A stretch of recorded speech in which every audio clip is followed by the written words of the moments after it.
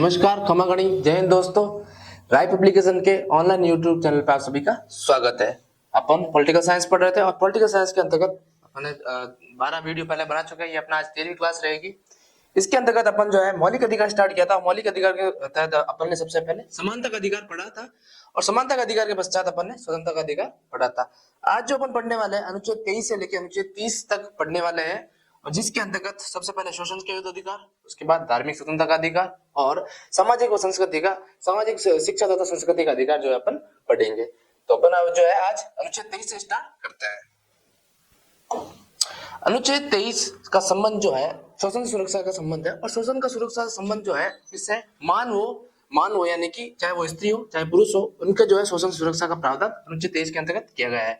वही बालकों के शोषण से सुरक्षा का जो अधिकार है वो अनुच्छेद 24 के अंतर्गत प्रदान किया गया है। अनुच्छेद 23 देखते हैं क्या लिखा हुआ है। मानव का दुर्व्यवहार तथा बालाश्रम पर प्रतिबंध। ठीक है, मैंने आपको बताया था कि व्यक्तियों तथा व्यक्ति के अंतर्गत स्त्री तथा पुरुषों की शोषण से सुरक्षा जो है अनुच्छेद 23 के अंतर्गत की गई है, जबकि बालकों की शोषण से सुरक्षा जो है अनुच्छेद 24 के अंतर्गत की गई है। अच्छा, अनुच्छेद 23 के अंतर्गत क्या प्रदान किया गया है, क्या स्वतंत्रता प्रदान की गई है? मानव का दुर्व्यवहार तथा बलाश्रम पर प्रतिबंध, यानी कि मानव को जो है क्रय विक्रय दुर्व्यवहार आप नहीं कर सकते, और बलाश्रम यानी कि जबरदस्ती उनसे वो जो है श्रम नहीं करवा सके, और बलाश्रम पर क्या संविधान के द्वारा क्या प्रतिबंध आरोपित कर दिया गया है। ठीक है, क्या लिखा गया इसके अंतर्गत? इसके अंतर्गत संविधान के द्वारा बेगार, दास प्रथा, स्त्रियों के ऊपर जो देवदासी प्रथा की जाती है, वो मनुष्य का वस्तुओं की भांति क्रय विक्रय, बच्चों का अनैतिक व्यापार को समाप्त कर दिया गया है। ठीक है, आर्टिकल 23 का संबंध किससे है?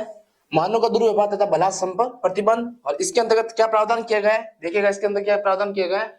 संविधान के द्वारा बेगार, दास प्रथा, महिलाओं द्वारा की जाने वाली देवदासी प्रथा, मनुष्य का वस्तुओं की भांति क्रय विक्रय, बच्चों का अनैतिक व्यापार को समाप्त कर दिया गया है। ठीक है, अच्छा, इस रेस्पेक्ट में ये तो संविधान के अंतर्गत अनुच्छेद 23 के अंतर्गत संविधान में अधिकार मानव को दे रखा है, लेकिन संसद के द्वारा भी इसके संबंध में जो है एक कानून का निर्माण कर दिया गया था।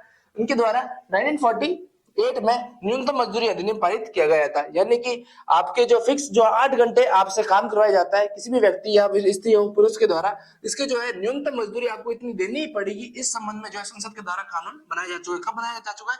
1948 में बनाया जा चुका है। देखिएगा, इसमें संसद के द्वारा 1948 में न्यूनतम मजदूरी अधिनियम लाया गया। ठीक है, फिर से रिपीट करवा देता हूँ। अनुच्छेद 23-24 पढ़ रहे हैं। इसके अंतर्गत मानवों की जो शोषण सुरक्षा का जो अधिकार प्रदान किया गया है वो अनुच्छेद 23 में किया गया है। वही बालकों की शोषण से सुरक्षा का जो प्रावधान है वो अनुच्छेद 24 के अंतर्गत किया गया है।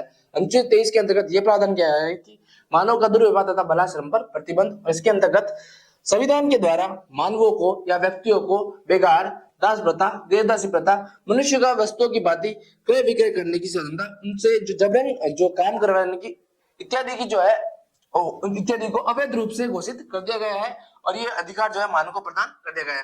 और संसद द्वारा इस संबंध में 1948 में न्यूनतम मजदूरी अधिनियम पारित किया गया है।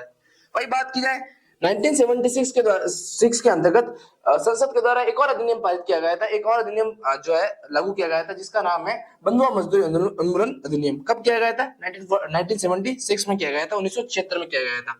फिर से बता दो, 1948 में न्यूनतम मजदूरी अधिनियम 1948 से पारित किया गया था। वही 1976 में बंधुआ मजदूरी उन्मूलन अधिनियम जो है पारित किया गया था। ठीक है, अनुच्छेद 23 पढ़ा अपन ने, जो है मानवों की शोषण से सुरक्षा।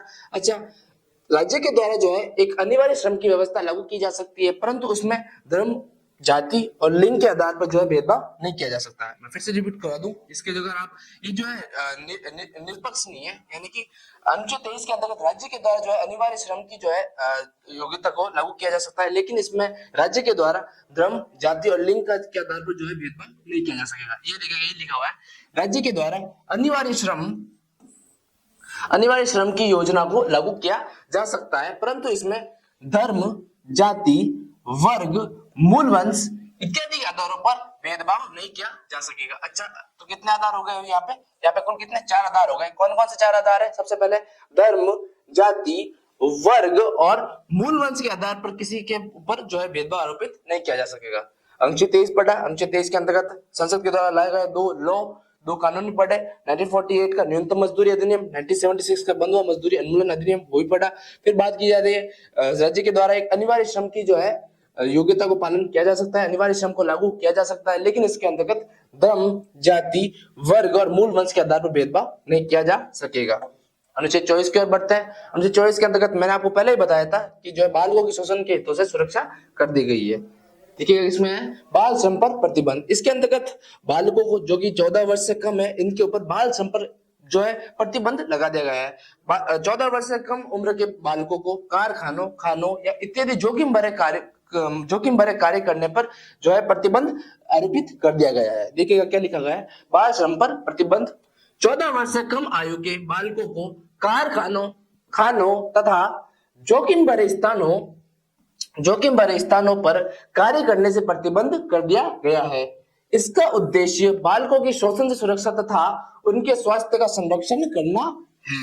मैंने अभी आपको बताया था बालकों की शोषण से सुरक्षा का जो प्रावधान है वो अनुच्छेद 24 के अंतर्गत किया गया है और इसके अंतर्गत 14 वर्ष से कम उम्र के बालकों को कारखानों, खानों तथा जोखिम भरे स्थानों पर कार्य करने पर जो है प्रतिबंध लगा दिया गया है, उसको अवैध रूप घोषित कर दिया गया है। इसी संबंध में संसद के द्वारा 1986 के अंतर्गत एक कानून बनाया गया था जिसका नाम है बाल श्रम निषेध अधिनियम बनाया गया था। ठीक है, जिस तरीके से मानवों की शोषण से सुरक्षा अनुच्छेद 23 के अंतर्गत संसद के द्वारा दो कानून 1948, 1976 में लाया गया था, उसी तरीके से बालकों की शोषण से सुरक्षा करने के लिए संसद के द्वारा बाल श्रम निषेध अधिनियम 1986 में लाया गया था, जिसके अंतर्गत ये प्रावधान किया गया था कि 14 वर्ष से कम उम्र के बालकों को कारखानों या जोखिम भरे स्थानों पर काम करने से बिल्कुल प्रतिबंध कर दिया गया है। देखिएगा 1986 में संसद द्वारा बाल श्रम निषेध अधिनियम, याद रखिएगा बहुत इंपॉर्टेंट है, बाल श्रम निषेध अधिनियम का निर्माण किया गया था। अच्छा, आपको 15 शब्द में पूछ सकते हैं उसको,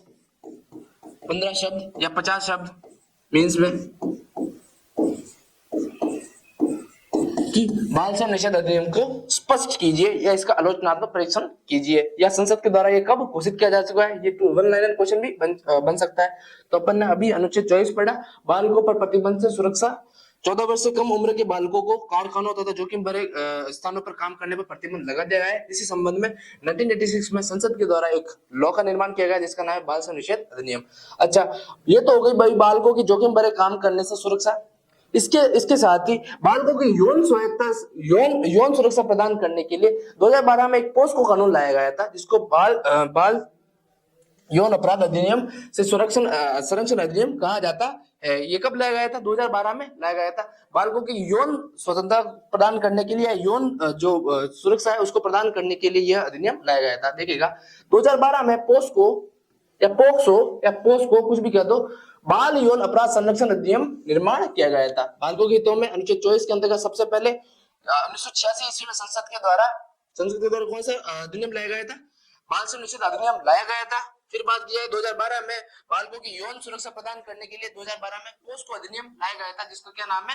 बाल यौन अपराध संरक्षण अधिनियम। कब लाया गया था? 2012 में लाया गया था। अच्छा, इसके अंतर्गत क्या प्रावधान किया गया है? देखिएगा, इसके माध्यम से बालकों के यौन हितों का संरक्षण किया गया है। मैंने आपको पहले ही बताया था, इसके अंतर्गत बालकों के जो है यौन हितों का संरक्षण किया गया है तथा यौन शोषण, पोर्नोग्राफी इत्यादि पर प्रतिबंध आरोपित कर दिया गया है। ठीक है, पोस्को अधिनियम क्यों लाया गया था? बालकों की यौन सुरक्षा करने के लिए यह अधिनियम लाया गया था। बालकों के साथ जो कि अगर मान लो यौन शोषण किया जाता है या फिर उनके किसी निजी अंग के साथ छेड़छाड़ी की जाती है, इसके तहत यह जो है अधिनियम लाया गया था और इसको पूर्ण प्रतिबंध करते हुए कठोर सजा का प्रावधान किया गया है। फिर से पढ़ते हैं, इसके माध्यम से बालकों के यौन हितों का संरक्षण कर दिया गया है अनुच्छेद 24 के अंतर्गत। ठीक है, तथा यौन शोषण, पोर्नोग्राफी इत्यादि को प्रतिबंधित कर दिया गया है। अच्छा, मैं आपको ये बता दूं, पोस्को अधिनियम के तहत 18 वर्ष के व्यक्ति को भी बालकों की श्रेणी में रखा गया है, यानी कि इसके अंतर्गत लिंग भेदभाव को मान्यता प्रदान नहीं की गई है और 18 वर्ष से कम उम्र के सभी बालक बालिकाओं को इसके अंतर्गत सम्मिलित कर दिया गया है। देखिएगा, पोस्को के अंतर्गत 18 वर्ष से कम आयु के व्यक्ति को बालक की श्रेणी में रखा गया है तथा लैंगिक भेदभाव को मान्यता प्रदान नहीं की गई है। लैंगिक भेदभाव को मान्यता बिल्कुल प्रदान नहीं कर दी गई है इसके अंतर्गत। तो अपन ने अनुच्छेद 23 और अनुच्छेद 24 पढ़ा। अनुच्छेद 23 का संबंध मानवों की शोषण से सुरक्षा, इसके अंतर्गत 1948 के अंदर संसद के द्वारा न्यूनतम मजदूरी अधिनियम, 1976 में बंधुआ मजदूरी उन्मूलन अधिनियम लाया गया था। फिर बात करते थे अपन अनुच्छेद 24 की, बालकों की शोषण से सुरक्षा।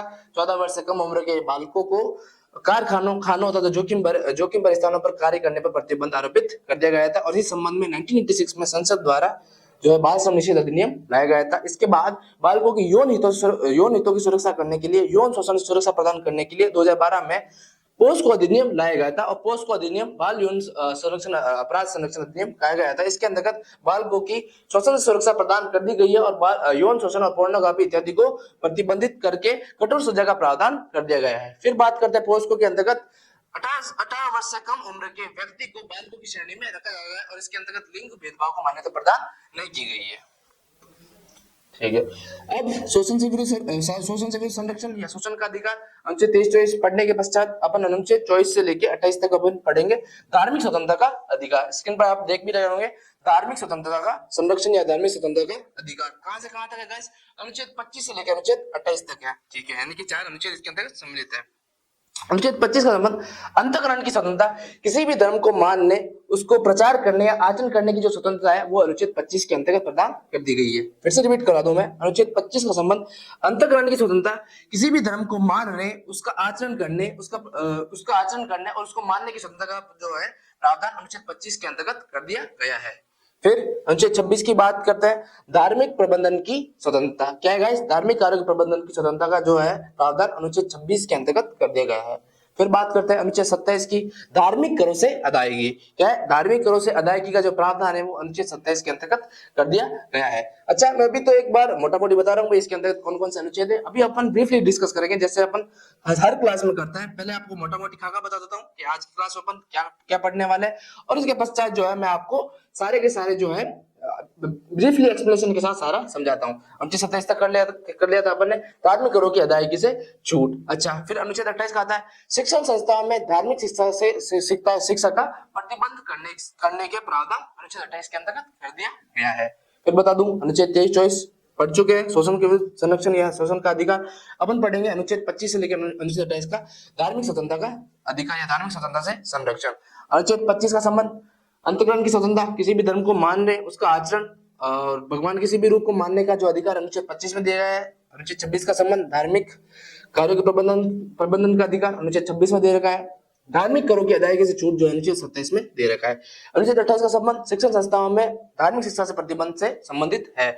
देखिएगा, फिर से बता देता हूँ। अनुच्छेद 25 अंतःकरण की स्वतंत्रता, किसी भी धर्म को मानने, आचरण तथा प्रचार करने की स्वतंत्रता। ठीक बात है। अनुच्छेद 26 धार्मिक कार्य के प्रबंधन की स्वतंत्रता, यानी कि धार्मिक कार्यों के संबंध जो भी आप अरेंजमेंट करोगे, जो भी प्रबंधन करोगे या फिर कोई भी संपत्ति रखोगे, चाहे वो अचल संपत्ति हो चाहे अचल संपत्ति हो, इन सभी के जो प्रबंधन की जो स्वतंत्रता है वो अनुच्छेद 26 के अंतर्गत आपको प्रदान कर दी गई, चाहे वो आपके अंदर कोई भी धर्म क्यों ना, क्योंकि भारत एक पंथ निरपेक्ष राष्ट्र है और पंथ निरपेक्ष राष्ट्र की जो मूल अवधारणा है वो अनुच्छेद 25 से लेकर अनुच्छेद 28 को मूर्त रूप प्रदान कर दिया गया है अनुच्छेद धार्मिक स्वतंत्रता के अधिकार के अंतर्गत।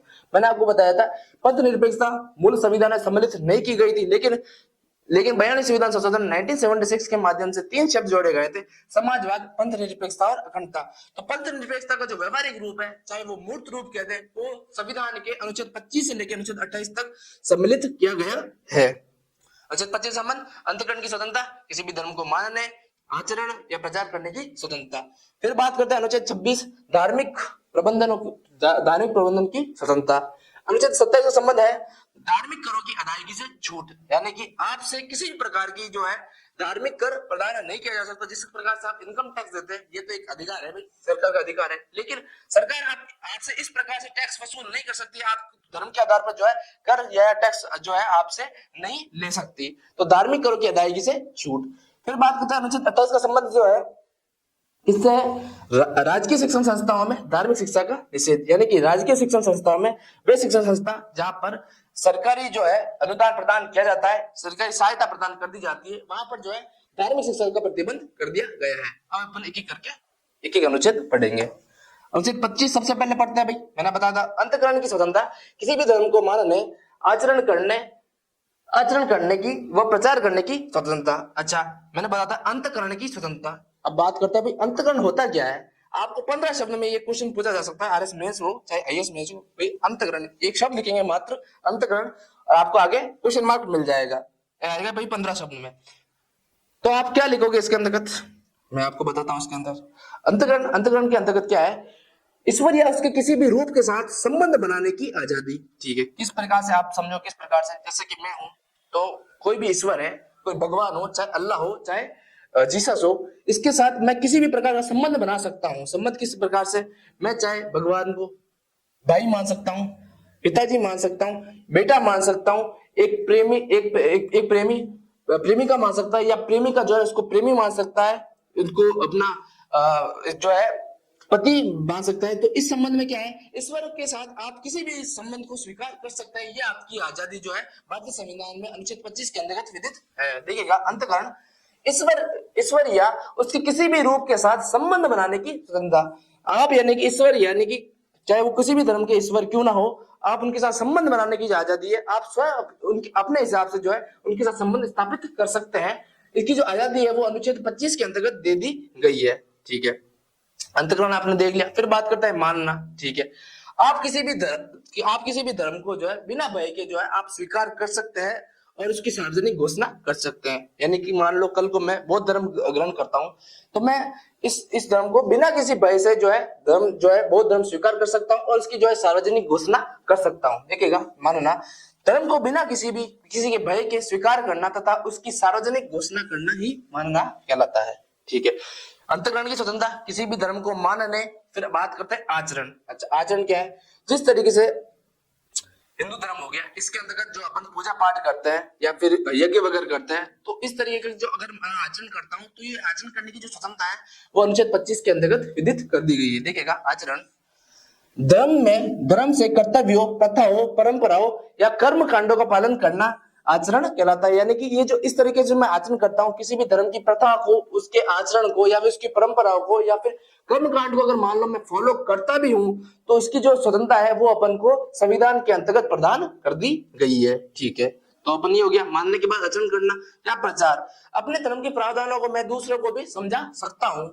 ठीक है, लेकिन ये भय और प्रलोभन के आधार पर नहीं होने चाहिए। क्या नहीं होने चाहिए, भय और प्रलोभन के आधार पर नहीं होने चाहिए। यानी कि मैं अपने धर्म का प्रचार कर सकता हूं, लेकिन जो इसके अंदर की किसी भी प्रकार का जो है छल कपट नहीं होना चाहिए। देखिएगा, प्रचार, अपने धर्म के प्रावधानों को मैं दूसरों को समझाने की आजादी हमने जो है भारतीय संविधान के अंतर्गत मिली गई है। अनुच्छेद 25 पढ़ा, अंतकरण की स्वतंत्रता, किसी भी धर्म को मानने, आचरण और प्रचार करने की स्वतंत्रता। अच्छा, अंतकरण से क्या तात्पर्य है, अंतकरण के ईश्वर या उसके किसी भी रूप के साथ संबंध बनाने की आजादी या स्वतंत्रता अंतकरण की स्वतंत्रता कहलाती है। फिर बात करते हैं मानना, कि मैं जो कोई भी धर्म है बिना किसी के भय में आकर जो है किसी भी धर्म को मैं मान सकता हूं और उसकी जो है सार्वजनिक घोषणा कर सकता हूं। फिर आचरण करना, किसी भी धर्म के अनुसार उसके प्रथाओं, कर्तव्यों, परंपराओं और कर्म कांडों का जो है पालन कर सकता हूं। फिर बात की जा सकती है प्रचार, अपने धर्म के प्रावधानों को दूसरों को समझाना प्रचार कहलाता है। ठीक है, अच्छा, इसके अंतर्गत एक वाद हुआ था, स्टेनिस्लाव बनाम मध्य प्रदेश राज्यवाद। क्या, कौन सा वाद हुआ था, अनुच्छेद 25 के अंतर्गत स्टेनिस्लाव बनाम मध्य प्रदेश राज्यवाद। इसके अंतर्गत न्यायालय के द्वारा यह फैसला दिया गया था कि छल कपट के द्वारा किया गया धर्मांतरण जो है मान्य नहीं होगा। आपको पता है गाइस, कई बार प्रलोभन दिया जाता है, कोई भी धर्म हो, कोई भी धर्म विशेष हो, किसी के द्वारा प्रलोभन किया जाता है कि आप अमुक धर्म से अमुक धर्म में आ जाइए, इसके आपको ये फायदे होंगे, आपको ये पैसा मिलेगा। और छल कपट से यानी कि जबरदस्ती से भी, तलवार की नोक पे भी आपको पता है कई बार धर्मांतरण हुआ है। तो इस हिसाब से जो है इस प्रकार किया गया जो धर्मांतरण है वो न्यायालय के द्वारा अवैध घोषित कर दिया गया है। ठीक है, देखिएगा, स्टेनिस्लाव बनाम मध्य प्रदेश राज्यवाद, इसका संबंध अनुच्छेद 25 से। आपको कोई क्वेश्चन नहीं पूछ सकता है जब ऑब्जेक्टिव में स्टेनिस्लाव बनाम मध्य प्रदेश राज्यवाद का जो संबंध है वो किस अनुच्छेद से संबंधित है। ठीक है, मैं न्यायालय द्वारा यह निर्धारित किया गया है कि छल कपट, प्रलोभन, भय अथवा दबाव से किया गया धर्म परिवर्तन मान्य नहीं होगा।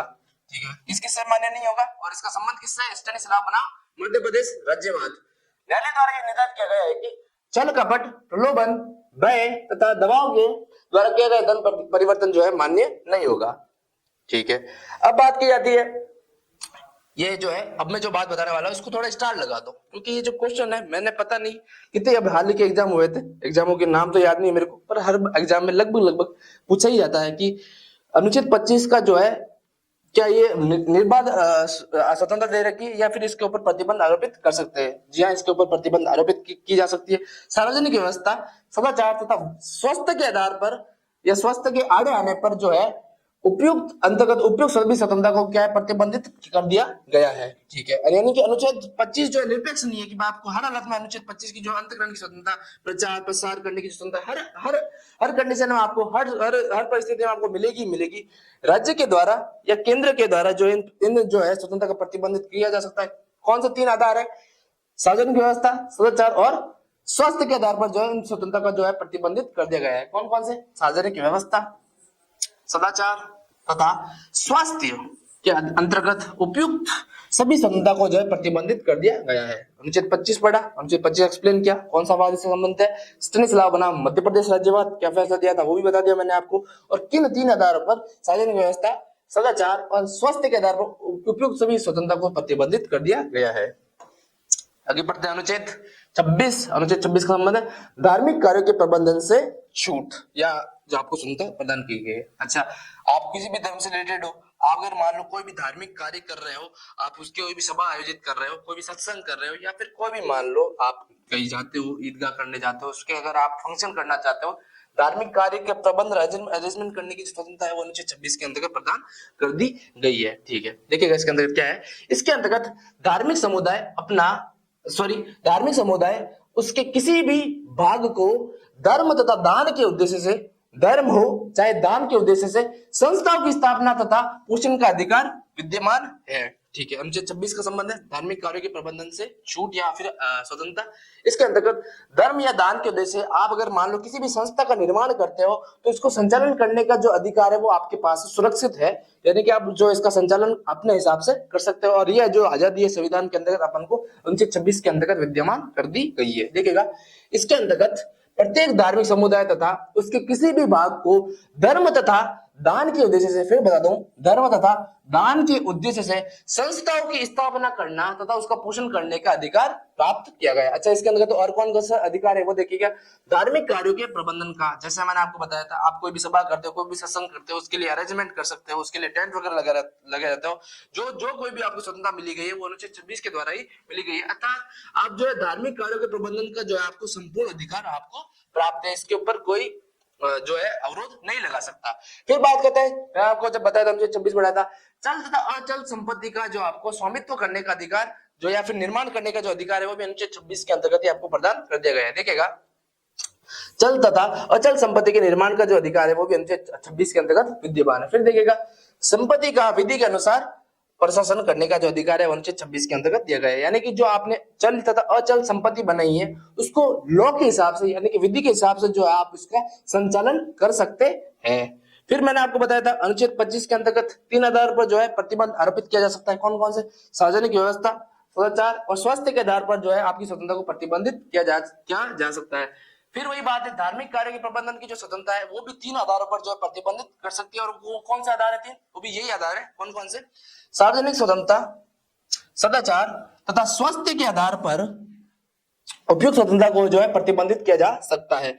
अनुच्छेद 25 हो चाहे अनुच्छेद 26 हो, इसके ऊपर राज्य के द्वारा प्रतिबंध आरोपित किया जा सकता है। और वो कौन कौन से 3 आधार? सार्वजनिक व्यवस्था, सदाचार और स्वास्थ्य के आधार पर जो है स्वतंत्रता को उसके ऊपर प्रतिबंधित किया जा सकता है। ठीक है, अनुच्छेद 26 इसका संबंध धार्मिक कार्य प्रबंधन की छूट या फिर स्वतंत्रता से संबंधित है। इसके अंतर्गत प्रत्येक धार्मिक समुदाय तथा उसके किसी भी भाग को धर्म तथा दान के उद्देश्य से संस्थाओं की स्थापना तथा उसके पोषण तथा उसके संचालन का जो संपूर्ण अधिकार आपको प्रदान कर दिया गया है। इसके तहत धार्मिक कार्य के प्रबंधन का जो आपको संपूर्ण अधिकार प्रदान किया गया है। फिर बात करते हैं चल तथा अचल संपत्ति के निर्माण का अधिकार आपको प्रदान कर दिया गया है। फिर बात करते हैं संपत्ति के विधि के अनुसार प्रशासन, यानी जो आपने चल तथा अचल संपत्ति से जो आपने संपत्ति ग्रहण की है उसको विधि सम्मत, जैसे कि नहीं आप मन पड़े जैसे आप उसको संचालन कर सकते हैं, नहीं, विधि सम्मत, लॉ सम्मत होना चाहिए, उसके अनुसार आप प्रशासन कर सकते हैं। फिर बात करते हैं अनुच्छेद 25 हो चाहे अनुच्छेद 26 हो, उसको 3 आधार पर जो है प्रतिबंधित सरकार कर सकती है। कौन कौन सी? सार्वजनिक व्यवस्था, सदाचार और स्वास्थ्य के आधार पर जो है इनको प्रतिबंधित कर सकती है। अनुच्छेद 25 पढ़ लिया, अनुच्छेद 26 पढ़ लिया, अब अनुच्छेद 27 के ऊपर अपन आते हैं।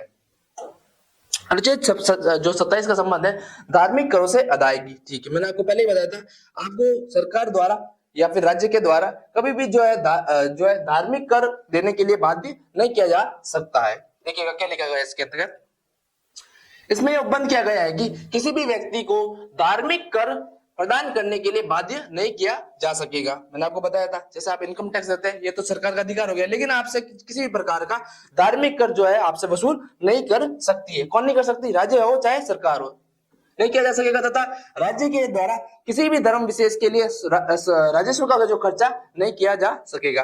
किसी एक अमुक विशेष धर्म के लिए जो है सरकार द्वारा जो है राजस्व का जो खर्चा नहीं किया जा सकता। अच्छा, वरन जो राज्य अगर मान लो राजस्व का खर्चा सभी धर्म को एक बराबर करना चाहे तो कर सकता है, यानी कि सभी धर्म भारत में जो विद्यमान सारे जितने भी धर्म है उनके जो पोषण प्रदान करने के लिए अगर राज्य उनको राजस्व का खर्चा करता है, तो अगर सभी धर्म के लिए करता है तो मान्य है, लेकिन किसी एक विशेष धर्म को अगर राजस्व प्रदान करता है तो वो है गैर कानूनी, संविधान के द्वारा घोषित कर दिया गया है। फिर से बता दूं, अनुच्छेद 27 पढ़ रहे हैं, धार्मिक करों की अदायगी से छूट, यानी सरकार या फिर राज्य जो है आपसे कभी भी है जो धार्मिक कर वसूल नहीं कर सकती है, या फिर किसी एक अमुक धर्म के लिए, एक धर्म विशेष के लिए जो है राजस्व का खर्चा नहीं कर सकती है। ये लिखा गया है। इसमें यह उपबंध किया गया है कि किसी भी व्यक्ति को धार्मिक कर प्रदान करने के लिए बाध्य नहीं किया जा सकेगा, तथा राज्य के द्वारा क्या है, राज्य के द्वारा किसी भी धर्म विशेष के लिए राजस्व का खर्चा नहीं किया जा सकता है।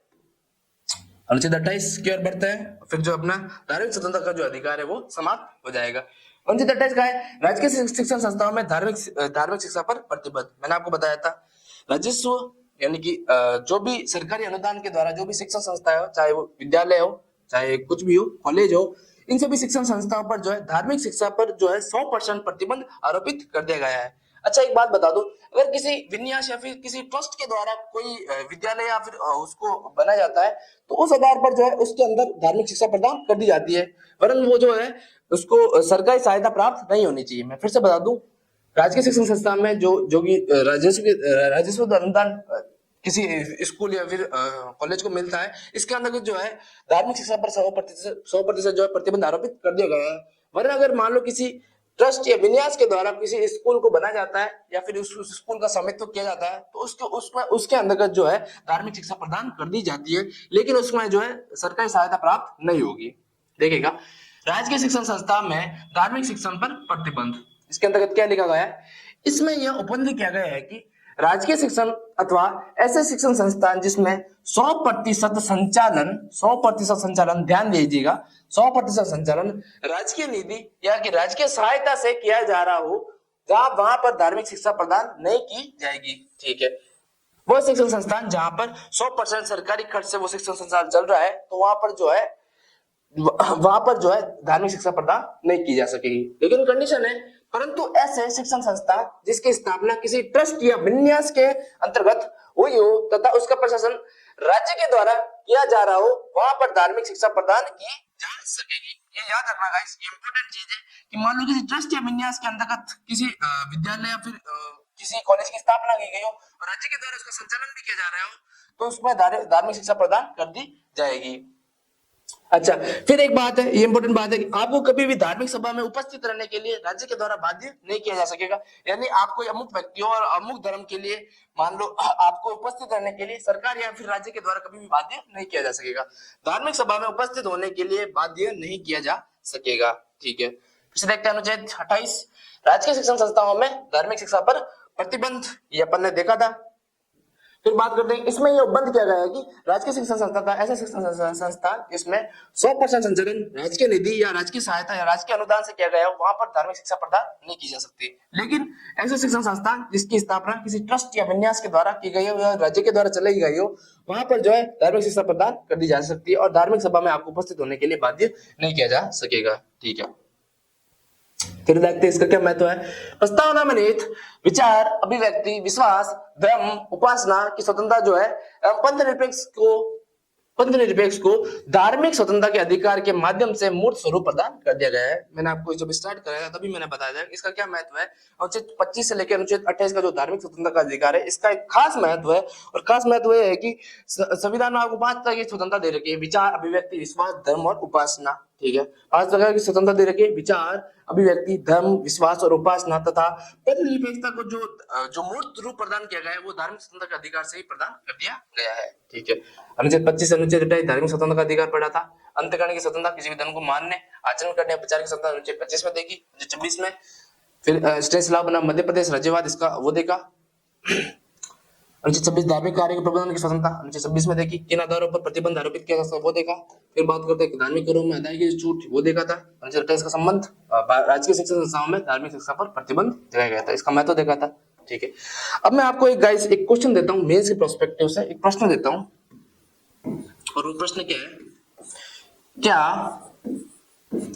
आपके मत में भारत एक पंथ निरपेक्ष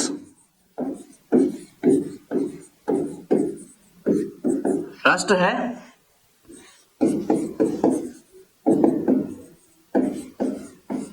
स्पष्ट कीजिए।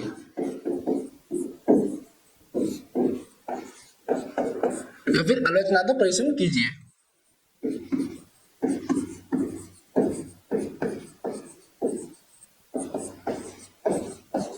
आलोचनात्मक परीक्षण कीजिए,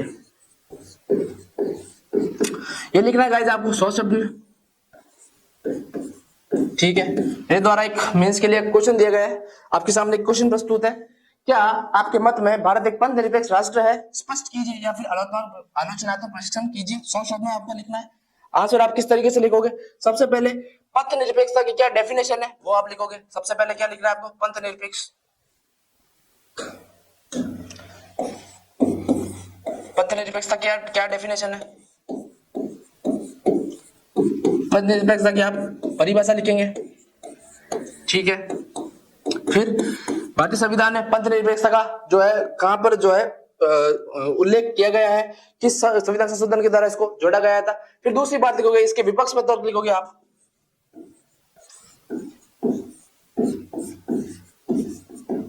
ठीक है, फिर लिखोगे आप इसके पक्ष में तर्क। फिर एट लास्ट में जाके जब आपकी 2 लाइन बचेगी सब शब्द में, तब आप लिखोगे कंक्लूजन यानी कि निष्कर्ष। इस तरीके से जो है किसी आंसर को डिजाइन किया जा सकता है। मैं आपको जब आंसर राइटिंग की प्रैक्टिस करूंगा तब भी आपको बताऊंगा क्या लिखेगा। क्या भारत आपके मत में एक भारत एक पंथ निरपेक्ष राष्ट्र है, तो आपको किस तरीके से आंसर लिखोगे। सबसे पहले पंथ निरपेक्षता की डेफिनेशन कहां से लिया गया है या फिर कहां उल्लेख किया गया है, इसके विपक्ष में तर्क लिखेंगे, पक्ष में तर्क लिखेंगे और निष्कर्ष लिखेंगे। मैं उम्मीद करता हूं कि आप ये जो आंसर लिख के मुझे से चेक करवाएंगे। मुझे आप चेक टेलीग्राम चैनल पे या फिर यूट्यूब कमेंट के माध्यम से या फिर इंस्टाग्राम वगैरह कहीं भी जो है मुझसे जो है चेक करवा सकते हैं। तो गाइस अपन ने अनुच्छेद 25 से अनुच्छेद 28 तक अनुच्छेद 25 से अनुच्छेद 28 तक धार्मिक स्वतंत्रता का अधिकार पढ़ा था। इसके ऊपर आगे जो बढ़ते हैं अनुच्छेद 29 और अनुच्छेद 30 पढ़ेंगे। अनुच्छेद 29 और 29 का संबंध है संस्कृति तथा शिक्षा का अधिकार। ठीक है, क्या है गाइस? अनुच्छेद 29 और अनुच्छेद 30 का संबंध किसका है? संस्कृति तथा शिक्षा का अधिकार। ठीक है, इसके अंतर्गत जो है अल्पसंख्यक वर्गों के हितों का संरक्षण इसके अंतर्गत कर दिया गया है। अच्छा, मैं आपको बता दूं भारतीय संविधान में कहीं भी जो है अल्पसंख्यक वर्ग को जो है परिभाषित नहीं किया गया है। क्या नहीं किया गया है? भारतीय संविधान में कहीं भी जो है अल्पसंख्यक वर्ग को जो है परिभाषित नहीं किया गया है। जिस प्रकार से भारतीय संविधान में पिछड़े वर्ग को परिभाषित नहीं किया गया है, उसी तरीके से जो अल्पसंख्यक वर्गों को जो परिभाषित नहीं किया गया है। फिर बता दूं अनुच्छेद 29 और अनुच्छेद 30 का संबंध संस्कृति तथा शिक्षा का जो अधिकार से संबंधित है। इसके अंतर्गत जो है अल्पसंख्यक वर्गों के हितों का संरक्षण कर दिया गया है। देखिएगा, भारतीय संविधान में स्पष्ट रूप से अल्पसंख्यक वर्गों को परिभाषित नहीं किया गया है, जो मैंने आपको बता दिया है। आगे देखते हैं। अच्छा, 2 बात देखते हैं। टीएमए फाउंडेशन बना कर्नाटक राज्यवाद और इनामदार बना महाराष्ट्र राज्यवाद में। इसके अंतर्गत न्यायालय के द्वारा यह फैसला दिया गया था कि भाषा तथा धर्म के आधार पर ही अल्पसंख्यक वर्गों की जो है पहचान की जाएगी, अल्पसंख्यक वर्गों को जो है चिन्हित किया जाएगा। मैंने अभी आपको बताया अनुच्छेद 29 और अनुच्छेद 30 का जो संबंध है वो किसका है? शिक्षा व संस्कृति के संरक्षण या शिक्षा व संस्कृति का अधिकार है। भारतीय संविधान में कहीं भी इस अल्पसंख्यक वर्ग को जो है स्पष्ट रूप से परिभाषित नहीं किया गया था, लेकिन न्यायालय के सामने जो एक 2 वाद आए थे, टीएमए फाउंडेशन बनाम कर्नाटक राज्यवाद और इनामदार बनाम महाराष्ट्र राज्यवाद। इसके अंतर्गत यह फैसला दिया गया था कि भाषा तथा धर्म के आधार पर अल्पसंख्यक वर्ग के निर्धारण को जो है मान्यता प्रदान कर दी गई है। आगे देखते हैं। अब बात करते हैं अनुच्छेद 29 की। ठीक है, अनुच्छेद 29 का जो संबंध है वो भी अल्पसंख्यक वर्ग के हितों के संरक्षण से ही है। ठीक है, इसके अंतर्गत योग बंद किया गया है कि भारत में प्रत्येक नागरिक जिसकी स्वयं की अपनी भाषा, संस्कृति, लिपि या धर्म होगा, उसको बनाए रखने का जो अधिकार है भारतीय संविधान के अंतर्गत प्रदान कर दिया गया है।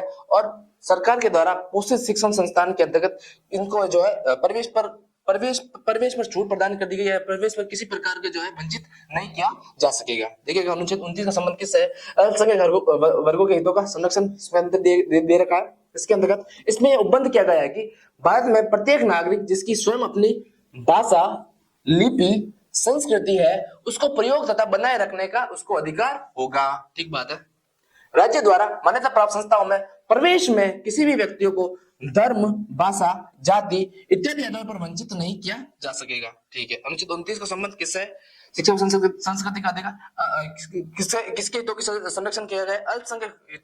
अल्पसंख्यक वर्ग के हितों का संरक्षण इसके अंतर्गत कर दिया गया है। और इसके अंतर्गत ये बंद किया गया है कि भारत में प्रत्येक नागरिक जिसकी अपनी स्वयं की भाषा, लिपि तथा संस्कृति होगी उसको बनाए रखने और उसका जो प्रचार प्रसार करने की जो है आपको अधिकार इसके अंदर अनुच्छेद 29 के अंतर्गत प्रदान कर दिया गया है। तथा राज्य द्वारा मान्यता प्राप्त शिक्षण संस्थाओं में किसी भी व्यक्ति को धर्म, भाषा, जाति इत्यादि आधार पर वंचित नहीं किया जा सकेगा। कितने आधार है? 3 आधार है इसके अंतर्गत, धर्म, भाषा और जाति। इसके अंतर्गत जो है 3 आधार दिए गए हैं।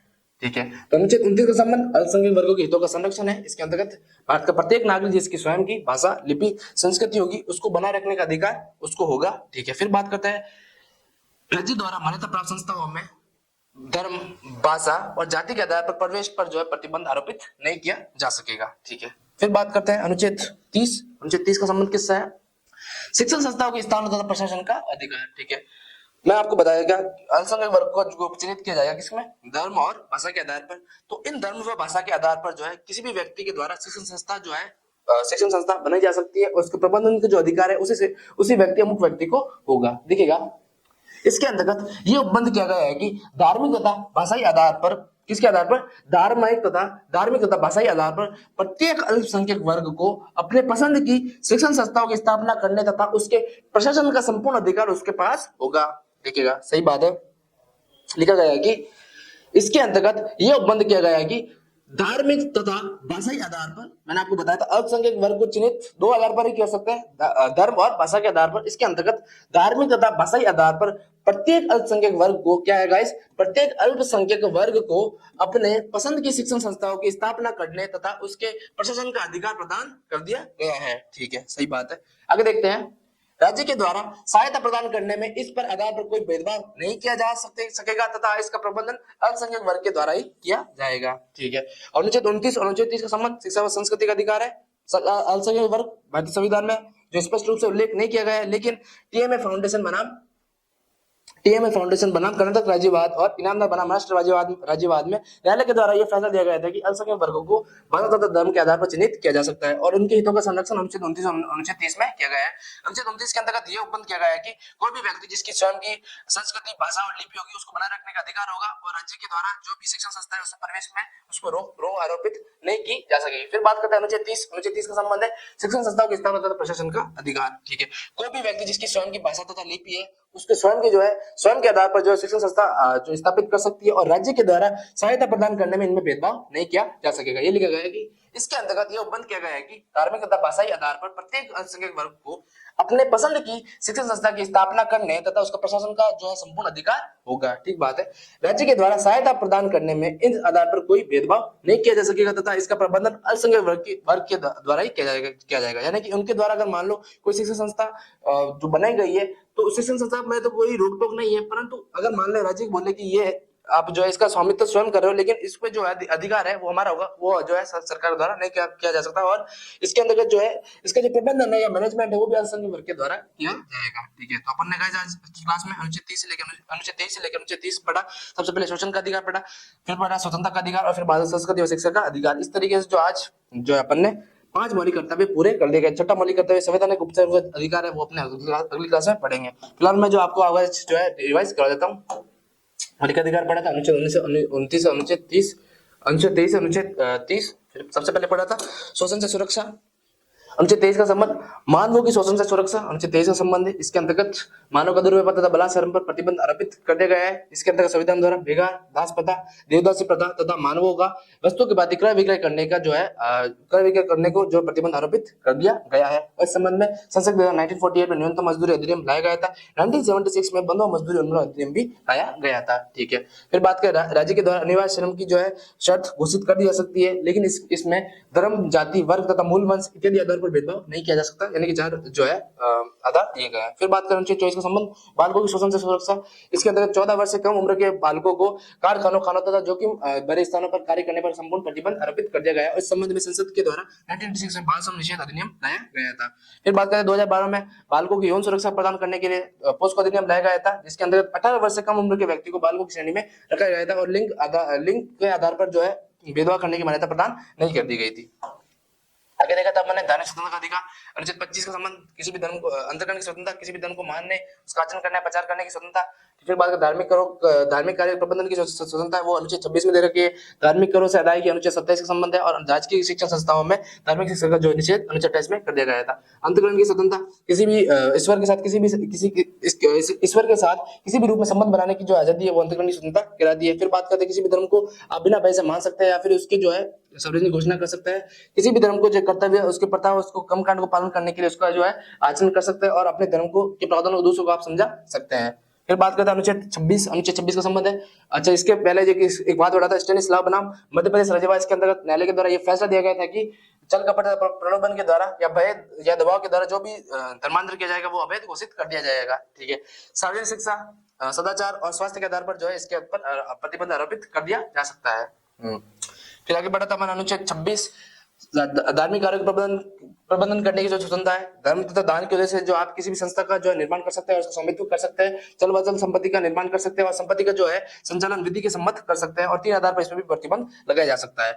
ठीक है, फिर देखा था अपन अनुच्छेद 27 आपको किसी भी प्रकार का धार्मिक कर प्रदान करने के लिए जो है बाध्य नहीं किया जा सकता राज्य के द्वारा। ठीक है, फिर बात करें अनुच्छेद आगे देखा था अनुच्छेद 28, इसका संबंध था राजकीय शिक्षण संस्थाओं में जो है धार्मिक शिक्षा पर प्रतिबंध। वे शिक्षण संस्थान जहाँ पर 100% सरकारी सहायता प्रदान कर दी जाती है वहां पर जो है धार्मिक शिक्षा प्रदान नहीं की जा सकेगी, लेकिन किसी भी ट्रस्ट या विन्यास के द्वारा अगर मान लो कोई सरकार के अंतर्गत की संस्था का स्थापना की जा सकती है तो की गई हो तो वहां पर जो है धार्मिक शिक्षा प्रदान कर दी जा सकती है। फिर अपन ने इसका महत्व बढ़ा था। महत्व क्या है कि इस संविधान प्रस्तावना में 5 प्रकार की स्वतंत्रता दे रखी है, विचार, अभिव्यक्ति, धर्म, उपासना तथा विश्वास तथा पद निरपेक्ष शब्द की जो है व्यवहारिक जो है मूर्त रूप यहाँ पर प्रदान अनुच्छेद 25 अनुच्छेद 28 में किया गया है। फिर मैंने आपको एक क्वेश्चन मेंस के लिए लिखने को दिया गया था। क्या क्वेश्चन था कि क्या मत में भारत जो है एक निरपेक्ष राष्ट्र है, स्पष्ट कीजिए, आलोचनात्मक प्रश्न कीजिए। आपको 100 शब्द लिखने को बोला था, आप जो है इसको आंसर को लिखिए। फिर मैंने आपको बताया था आपको किस तरीके से आंसर डिजाइन करना चाहिए। सबसे पहले आप पद निरपेक्ष शब्द की क्या डेफिनेशन है, क्या परिभाषा है इसके अंतर्गत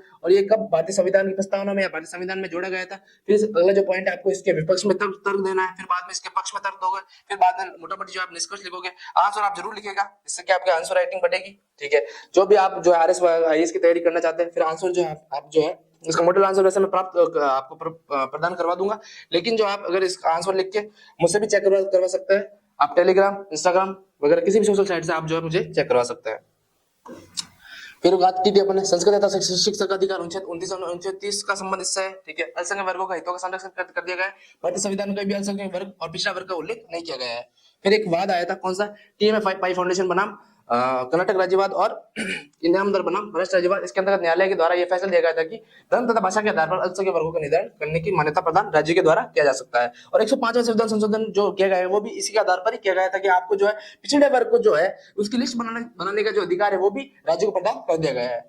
फिर अनुच्छेद 29 पढ़ा था। अनुच्छेद 29 के अंदर यह देखा था कि कोई भी व्यक्ति जिसकी स्वयं की भाषा, लिपि तथा संस्कृति उसको बनाए रखने का अधिकार होगा तो राज्य के मान्यता प्राप्त शिक्षण संस्थाओं में इनके प्रवेश पर जो है किसी भी प्रकार का प्रतिबंध आरोपित नहीं किया जा सकेगा। फिर अपन ने लास्ट अनुच्छेद पढ़ा था अनुच्छेद 30, जिसके अंदर यह बंद किया था कि कोई भी व्यक्ति जिसकी स्वयं की भाषा तथा धर्म है वो अपने हिसाब से शिक्षण संस्थान जो है खोल सकता है और इसके प्रबंधन भी स्वयं कर सकता है। और राजस्व सरकार अगर मान लो उसको सहायता प्रदान करती है तो इसके आधार पर कोई भी किसी भी तरह का भेदभाव नहीं किया जा सकता और इसका जो प्रबंधन है वो भी अल्पसंख्यक वर्ग स्वयं करेगा। ठीक है, तो आज की क्लास अपन ने जो मौलिक अधिकार की 30वीं क्लास थी, इसके अंतर्गत अनुच्छेद पहले जो अपन समानता का अधिकार पढ़ चुके हैं, फिर भारतीय स्वतंत्रता का अधिकार पढ़ा था। आज की क्लास अपन अनुच्छेद 30 से लेकर अनुच्छेद 30 तक यानी कि शोषण के विरुद्ध अधिकार, धर्म स्वतंत्रता का अधिकार और संस्कृति तथा शिक्षा का अधिकार जो अपन ने आज पढ़ा था। आप कमेंट में लिखिएगा आपको क्लास कैसी लगी। आपको क्लास अच्छी लगी तो इसको लाइक कर दीजिएगा और एक बार देख लीजिएगा और अपने दोस्तों को भी शेयर कर दीजिएगा। बाकी राम राम।